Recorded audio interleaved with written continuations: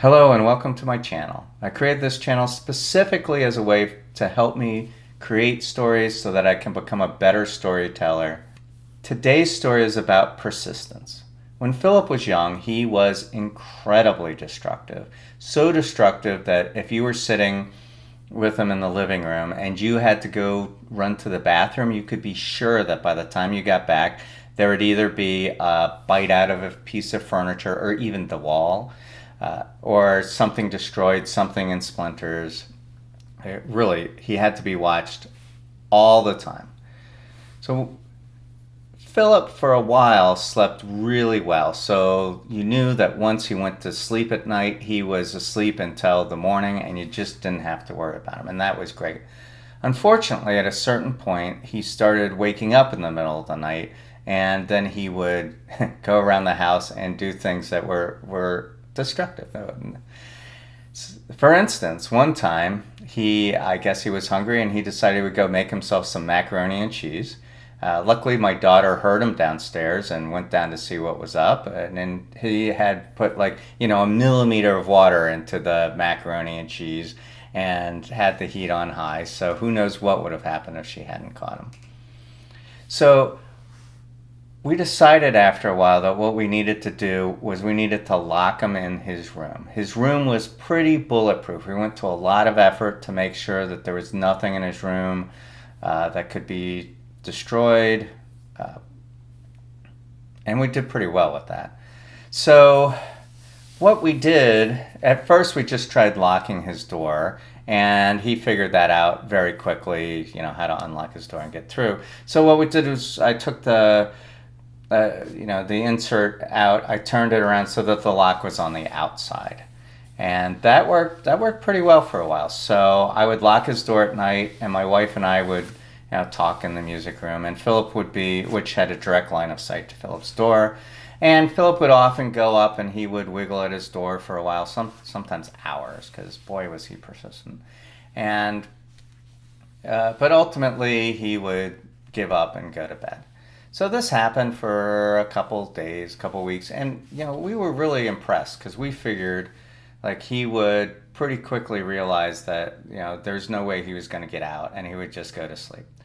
But after a couple months of this, one day I put Philip to bed, and I go down to the music room, and Philip's at his door like he usually is, and we're sitting there, and Philip comes on out, and my wife looks at me and she says, "I think maybe you forgot to lock the door." I was like, "Oh yeah, well I must have." Okay. And I go and I put Philip back to bed, and I make sure to lock the door this time, and I go back down to the music room.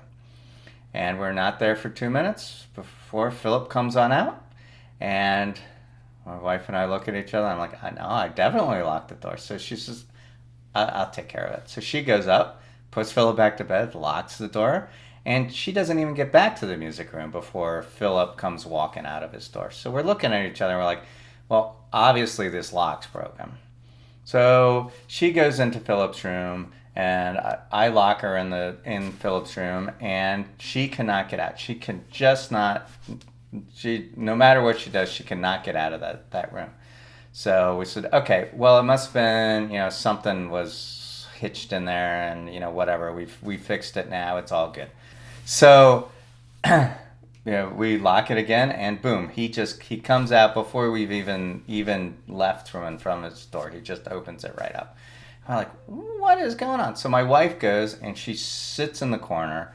I put Philip to bed, lock the door, and she watches. And Philip goes up, and he jimmies the lock a little bit, puts his foot under the door and lifts it up a couple times, and boom, the door comes right under. So we're like, oh my gosh, from just sitting trying at this thing for hours and hours and hours, this kid has figured out how to just open this lock. So we went out, we got a different doorknob with a different lock on it, and put it in there. Well, that might have lasted about 3 hours before Philip figured out how to get through that one. And then we decided, you know what we should do? Let's put one of those bolts on there. And so a sliding bolt. So we had the regular lock and the sliding bolt, and lo and behold, that worked, and Philip wasn't able to get out of his room.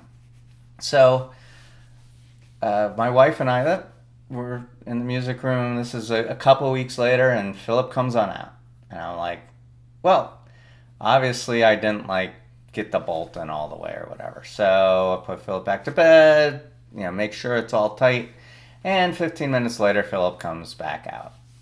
So we figured out that Philip, again through persistence, had realized that by doing the door at a certain way and a certain vibration, he could actually get the bolt to shimmy its way out over time. So at this point, we gave up, and somebody would lie in bed with Philip all night so that we could make sure that he didn't get up in the middle of the night and go wandering and be destructive. So the moral of the story is that sometimes persistence outdoes everything else.